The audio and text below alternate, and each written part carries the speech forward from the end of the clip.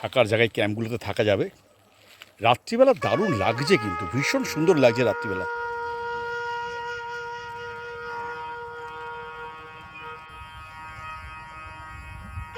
এখন ভোর 4:15।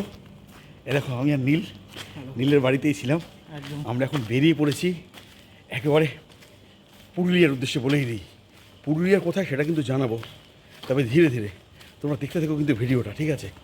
মানে রাস্তায় শুধু চার পায়ে যে থাকে তারা ঘাউ ঘাউ ঘাউ ঘাউ করে যাচ্ছে, আর আমরা কিন্তু বেরিয়ে পড়েছি। দেখতেই পাচ্ছ, কিছু বলতে তফাৎ হচ্ছে আমরা দুই পায়ে, আমরা দু পায়ে, দুই চার পা কিন্তু দেখো, ঠিক আছে? চলো। কাজের উদ্দেশ্যে দুদিন আউটিং।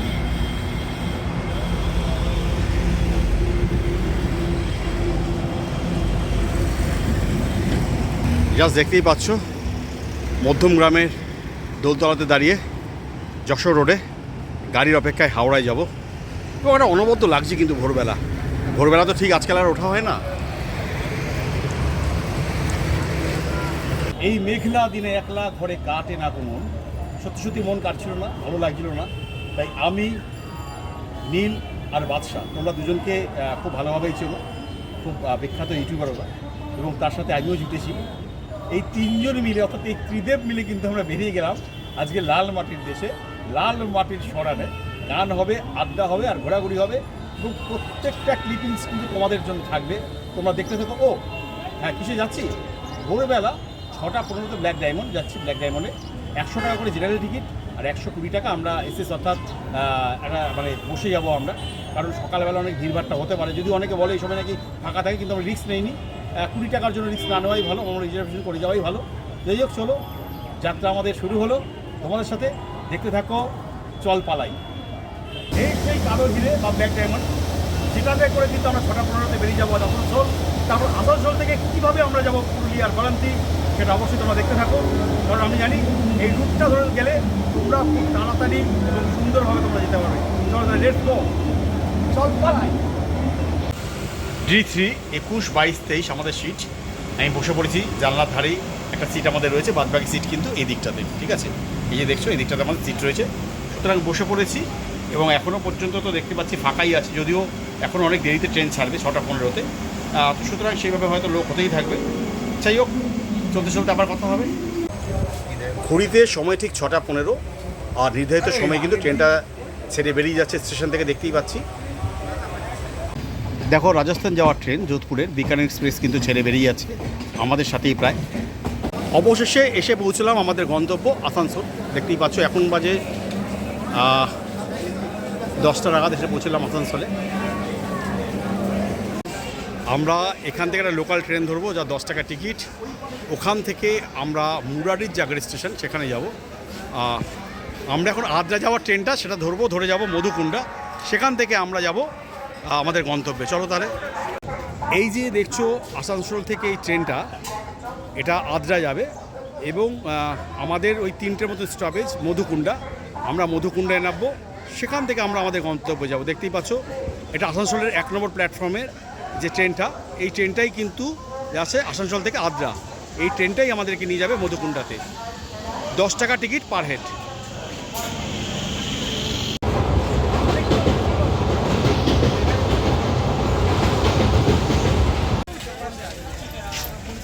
দেখো, এই ট্রেনটা করে নামলাম, এখন আমরা রয়েছি মধুকুণ্ডাতে। দেখতেই পাচ্ছ মধুকুণ্ডা, এবং দেখো এখানে লেখাটাও বুঝতে পারছো, পুরো একদম এখানে জাস্ট যেমনভাবে লেখা থাকে তেমন একদম সবুজের মধ্যে সাদা দিয়ে লেখা রয়েছে। এই হচ্ছে মধুকুণ্ডা। এখান থেকেই যাব আমরা বারান্তি রেঞ্জের। আমরা যে জায়গাটা যাব সেটা তোমাদেরকে অবশ্যই দেখাবো কোথায় যাচ্ছি। অবশেষে পৌঁছলাম মধুকুণ্ডাতে পৌঁছে গেল এই মুহূর্তে, অর্থাৎ আসানসোল আদ্রার যে ট্রেনটা সেটাতে নামলাম এই মুহূর্তে মধুকুণ্ডাতে। এখান থেকে যাব আমরা, যে এখান থেকে টোটো দাঁড়িয়ে আছে আমাদেরকে নেওয়ার জন্য, টোটো করেই আমরা চলে যাব। এই টোটোটা পাঠিয়ে দিয়েছে আমাদেরকে নিয়ে যাওয়ার জন্য। যদি তোমরাও আসতে চাও, ওখান থেকে কিন্তু তোমাদেরকে এরকম টোটো পাঠিয়ে দেবে, তার জন্য অবশ্য চার্জ দিতে হবে। বা তোমরা মধুকুণ্ডা স্টেশনে এসেও কিন্তু তোমরা এখান থেকে অটো বা টোটো নিতে পারো। রাস্তা কিন্তু অনেকটাই উথাল পাতাল, দেখতে পাচ্ছ রাস্তা কিন্তু এই হচ্ছে রাস্তা, অনেকটাই উথাল পাতাল রাস্তা আমরা যাচ্ছি। দেখতেই পাচ্ছ খুব সুন্দর দৃশ্য এবং মাঠে কাজও করছে অনেকে।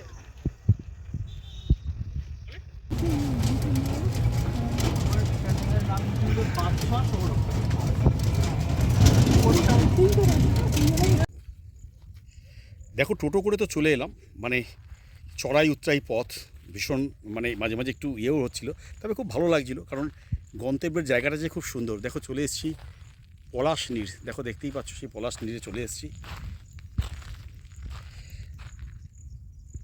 চারিদিকে কিন্তু সবুজে ঘেরা, অর্থাৎ একটু ছোট জঙ্গলের মতন, মানে খুব ভালো লাগবে। এই দেখো উল্টো দিকে কিন্তু সব টিলাগুলো দেখা যাচ্ছে পাহাড়ের।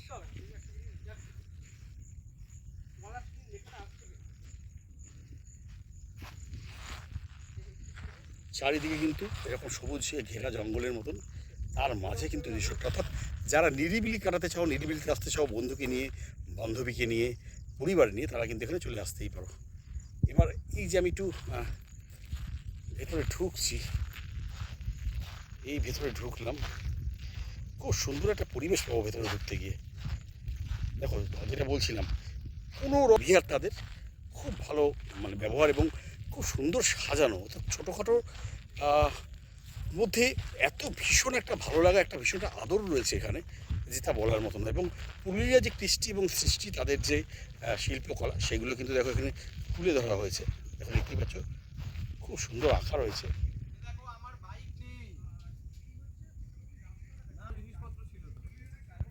দেখো দেখতেই পাচ্ছ। এরপরে হচ্ছে পুরুলিয়ার বিভিন্ন মাটির দেয়ালে যে আমরা আঁকাগুলো দেখি, তাদের আলপনাগুলো দেখি, সেটা কিন্তু এখানে তুলে ধরা হয়েছে, দেখতেই পাচ্ছ। এবং তিনটে ঘরের নাম বলি, একটা ঘরের নাম দেওয়া হয়েছে দেখো পলাশ,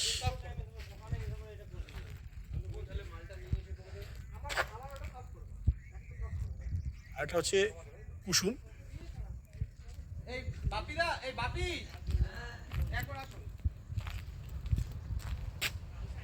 একটা হচ্ছে মহুয়া। দেখতে পাচ্ছ খুব সুন্দর সাজানো, এবং এটা হচ্ছে কিন্তু রান্নাঘরটা। তিন টাকা আমাদের জন্য ব্যবস্থা করেছে। এটা কি আছে? শরবত। এটা কি সবার জন্যই থাকে? আচ্ছা, তো দেখতেই পাচ্ছ এই শরবত আমরা পেয়ে গেছি গরমের মধ্যে, এটা কিন্তু খুব দরকার ছিল এই মুহূর্তে। ঠিক আছে, দেখো আস্তে আস্তেই খুব ভালো লাগছে যে এই দাদা কিন্তু দাঁড়িয়ে আছে আমাদের জন্য শরবত নিয়ে। অর্থাৎ তারা আমাদের যখন টোটোটা ঢুকলো, যাতে আমাদের কোনো রকম ক্লান্তি না হয়, আমরা অনেকটা পথ পেয়ে এসছি, সেই জন্য দেখো চলে এসছি কিন্তু এখানে, দেখতেই পাচ্ছ শরবত নিয়ে দাদা, এবং সত্যি খুব ভালো লাগছে। থ্যাংক ইউ দাদা, নিলাম। এটা কি লেবুর জল, তাই তো? বাহ। আমরা এসছি ধরো এখানটায় 12টা নাগাদ, তো যেহেতু রান্না হতে হতে 1টা-1.5টা হয়ে যায়, তাই তারক যেটা করে প্রথমে তো ওয়েলকাম ড্রিঙ্কস দিয়েছিল, এই তারকের সাথে পরিচয় করে দিই। তারক, হ্যাঁ, ওর আমন্ত্রণে আমরা এখানে এসেছি। এখন যেটা করলো খিদের মুখে, দেখেছো গরম গরম ম্যাগি, জাস্ট গরম গরম ম্যাগি এখন খাবো, তারপর একটু বিশ্রাম করে তারপর কিন্তু মধ্যাহ্ন ভোজন সারবো। তাহলে সাথে থেকো কিন্তু। হ্যাঁ, বেশ ছিমছাম রুম, ভালো লাগবে কিন্তু, খুব আহামরি অনেক কিছু ব্যাপার নেই, কিন্তু ছিমছাম রুম। যারা প্রাইভেটলি আসতে চাও খুব ভালো লাগবে, পরিবার নিয়ে আসলেও ভালো লাগবে, খুব ভালো লাগবে তোমাদের। আসলে এতটা নিরিবিলি আর খুব সুন্দর রঙেরও কম্বিনেশন করা আছে, সব মিলিয়ে কিন্তু একটা দুর্দান্ত ব্যাপার রয়েছে। অর্থাৎ যারা একটু মনে করো যে নিরিবিলির মধ্যে থাকবে, বেশ নিজেরা একটু সময় কাটাবে, আমি কিন্তু বলবো তাদের পক্ষে দারুণ এই জায়গা। হ্যাঁ, আর এই যে দেখছো বাথরুমটা, খুব সুন্দর বাথরুম এখানে। তবে শুনছি এখানে শাওয়ার লাগানো হবে, শাওয়ারটা আমি এখনও এখানে পাইনি, কিন্তু বেশ ভালো একটা, বেশ অনেকটা বড় bathroom, neat and clean bathroom, দেখতেই পাচ্ছ।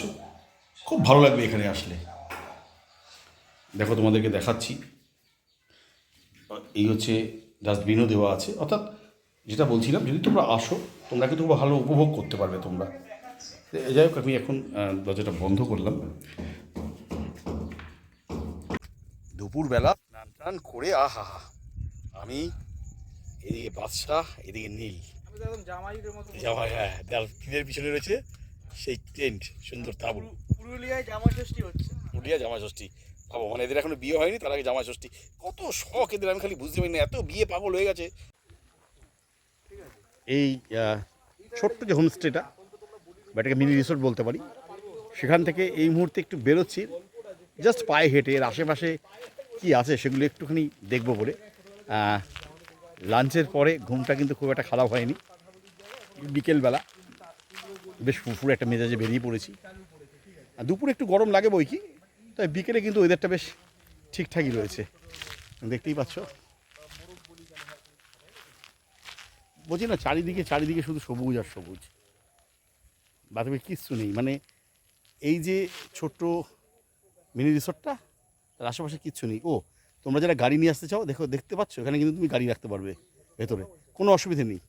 বাইক, গাড়ি যে কিছু নিয়ে তোমরা চলে আসতে পারো। একটু দেখি তাহলে, ঘুরি চারপাশটা। পাহাড়টা দেখতে পাচ্ছ, এই যে পাহাড়টা। ওই সাইডে আবার একটা পাহাড়ের মতো টিলা রয়েছে, তার পাশে একটা আছে, চারদিকটা এই আমার পেছন দিকটা খুব সুন্দর সুন্দর পাহাড় রয়েছে, ছোট ছোট টিলা যেগুলোকে বলে। অবশ্য একে পাহাড়ের, এখানে স্থানীয় লোকেরা এদেরকে পাহাড় বললেও কেউ পাহাড় বলে, কিন্তু আসলে এটা হচ্ছে টিলা। এবং দেখতেই পাচ্ছ ঠিক এই যে এই জায়গাটায় একটা সুন্দর একটা জলাশয় রয়েছে, এবং মানে বলছি না, চারিদিকে শুধু সবুজ আর সবুজ, সবুজ আর সবুজ। কোনো বাড়িঘর নেই, কিচ্ছু নেই, জাস্ট নিপাট একটা সবুজ গালিচা পড়ে রয়েছে, জাস্ট নিপাট। দেখেছো, দারুণ লাগছে কিন্তু। উফ, কি শান্তি লাগছে। এত সূর্যাস্ত, একটা আলাদা আলো তৈরি হয়েছে।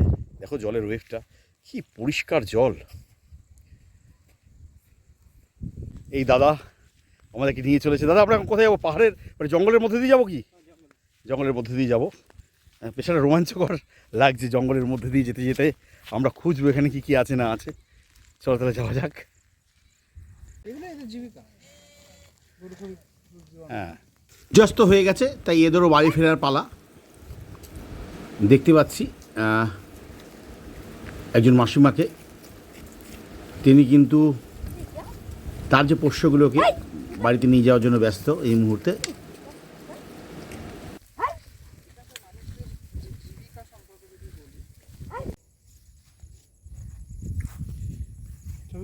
দেখো উইয়ের ঢিপি যেতে যেতে, এখানে কিন্তু সেই সরীসৃপদের আনাগোনা থাকে।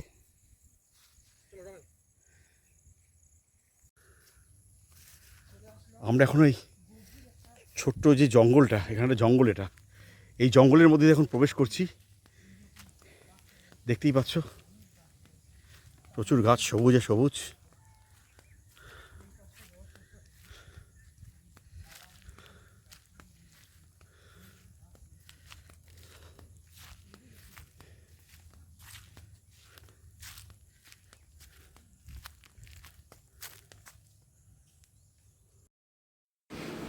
এই দাদার নাম কালুদাস, স্থানীয় মানুষ। তিনি পলাশনীর, অর্থাৎ আমরা যে নেচার ক্যাম্পটায় রয়েছি পলাশনীরে, সেখান থেকে পাঠানো হয়েছে তাকে আমাদেরকে এই আশেপাশেগুলো ঘোরানোর জন্য। একটা সুন্দর গ্রামের মধ্যে দিয়ে ঢুকলাম। দেখো, দেখতেই পাচ্ছ মাটির অসাধারণ বাড়িগুলো। ওফ, গ্রামের মধ্যে, এখানকার একটি গ্রাম, মাটির বাড়ি, সে মাটির বাড়ি দেখতে পাওয়া যাচ্ছে।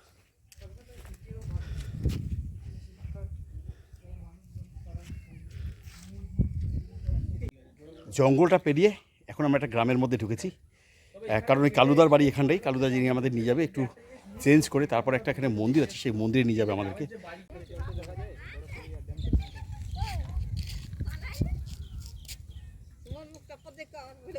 মেঠো রাস্তা দিয়ে ওরা আসছে, আর আরও একজন পিছনের দিকে আসছে গরু চড়াতে চড়াতে। একটা অসাধারণ সুন্দর একটা জায়গা। দেখো বট গাছ, এবং বট গাছকে ঘিরে একটা বসার জায়গা রয়েছে। আর এখানেই রয়েছে সেই গ্রামের কালী মন্দির, যে কালী মন্দিরের জন্য কিন্তু আমরা এখানে চলে এসেছি দেখতে। দেবদেবীর মন্দিরে কিন্তু এই গ্রামটা ভরা, বিভিন্ন দেবদেবীর মন্দির কিন্তু এখানে আমরা আছে, সেগুলোই তোমাদেরকে টুকটাক আমরা দেখানোর চেষ্টা করছি। এটা কি মন্দির? বাঙালি এই কি মন্দির? এটা বাঙালি মন্দির, যেটা আমি বাবা বলি ওটা বাঙালি।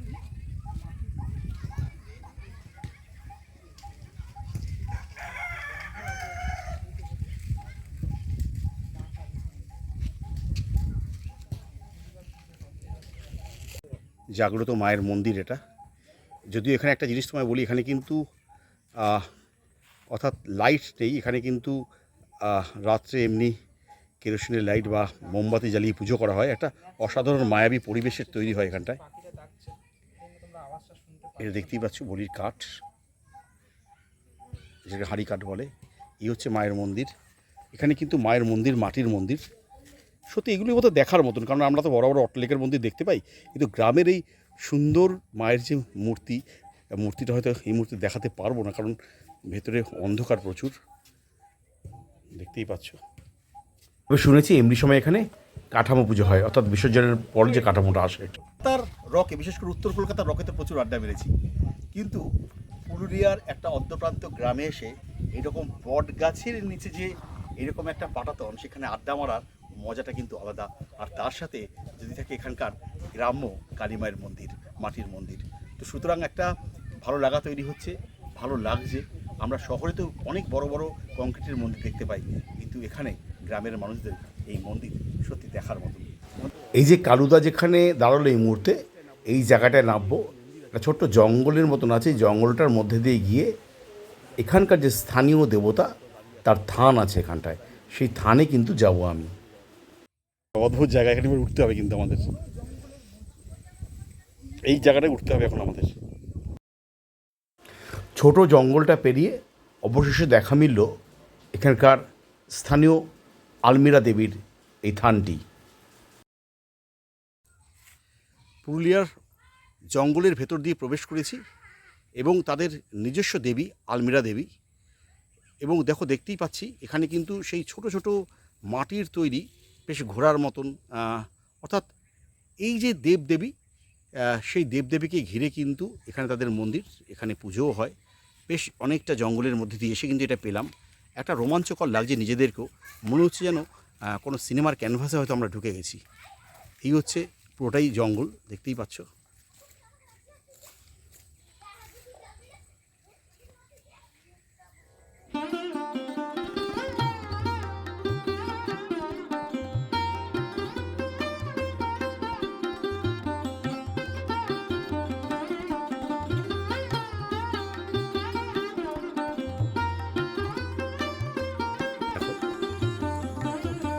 খাওয়ার জায়গা, এটা খাওয়ার জায়গাটাও তো একটা সুন্দর, মানে জাস্ট যেটা বলছি না, খাওয়ার জায়গাটাই দেখো, বাচ্চা দাঁড়িয়ে রয়েছে।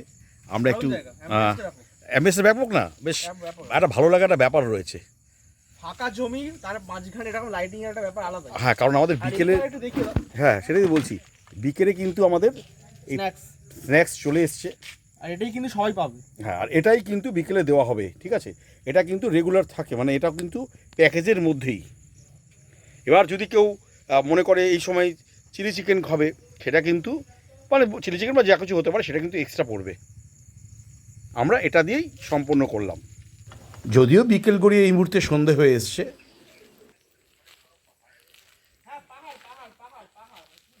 থাকার জায়গায় ক্যাম্পগুলোতে থাকা যাবে।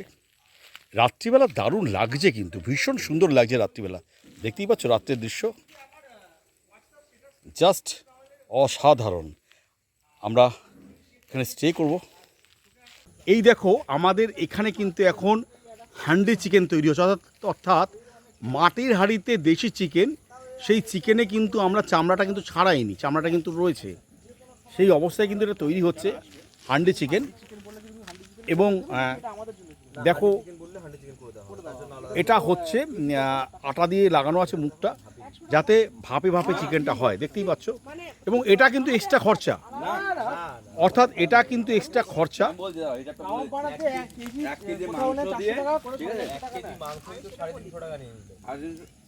দেখতে পাচ্ছ, মানে জাস্ট একটা অসাধারণ লাগছে। একে দেখতে পাচ্ছ চারিদিকে কিন্তু শুধু সবুজ আর সবুজ, কিছু দেখা যাচ্ছে না একদম। এবং এই যে হচ্ছে অবস্থা, আর এখানে হচ্ছে একটা ঝিরিঝিরি বৃষ্টি হচ্ছিল এতক্ষণ, ওয়েদারটা খুব সুন্দর হয়েছে। এবং তার মধ্যে হান্ডি চিকেন দেখো তৈরি হচ্ছে। নিয়ে গেছিলো মন্দিরগুলো দেখাতে, এখন তৈরি হচ্ছে হান্ডি চিকেন। একটা কথা বলি, এটা কিন্তু প্যাকেজের মধ্যে নয়। এই হান্ডি চিকেনে কত টাকা পড়বে আমি ডিটেলস সব তোমাদেরকে দিয়ে দেবো ডিসক্রিপশন বক্সে। তো সুতরাং এই মুহূর্তে উপভোগ করো আর একটুখানি অনুভব করো, কারণ যেটা বলছিলাম, একদম পুরুলিয়ার গ্রামে ঢুকে সেখান থেকে দুটো দেশি মুরগি কিনে তারপরে হান্ডি চিকেনটা তৈরি করা হচ্ছে। প্রায় 45 মিনিট থেকে 1 ঘন্টা লাগলো হতে, সময় নিল এটা। গুড়ি গুড়ি যেহেতু বৃষ্টিও পড়ছিল তাই একটু মাঝে মাঝে ব্যাঘাত ঘটছিল। তবে এরপর যে চিকেনটা কেমন হলো সেটা কিন্তু তোমাদের দেখাবো। ভোরবেলা আসতে হবে। ওহো হো, চিকেনটা দেখে না লোভে পড়ে যাচ্ছে। একে তো 11টা বেজে গেছে, পেটে সুচোর ডন চলছে। এবং দেখো এই রুটি নেওয়া হয়েছে, হ্যাঁ যেটা আরেকটা কথা, এখানে কিন্তু রুটি মানে তুমি যদি রুটি নিতে পারো রুটি ভাতও এখানে হয়ে যাবে, অর্থাৎ অপশান তোমাদের বলতে হবে যে তোমরা কি নিচ্ছ। তবে যেহেতু হান্ডি চিকেন হয়েছে আমার মনে হচ্ছে আজকে রুটিটা নেওয়াই ঠিকঠাক পড়েছি সবাই মিলে।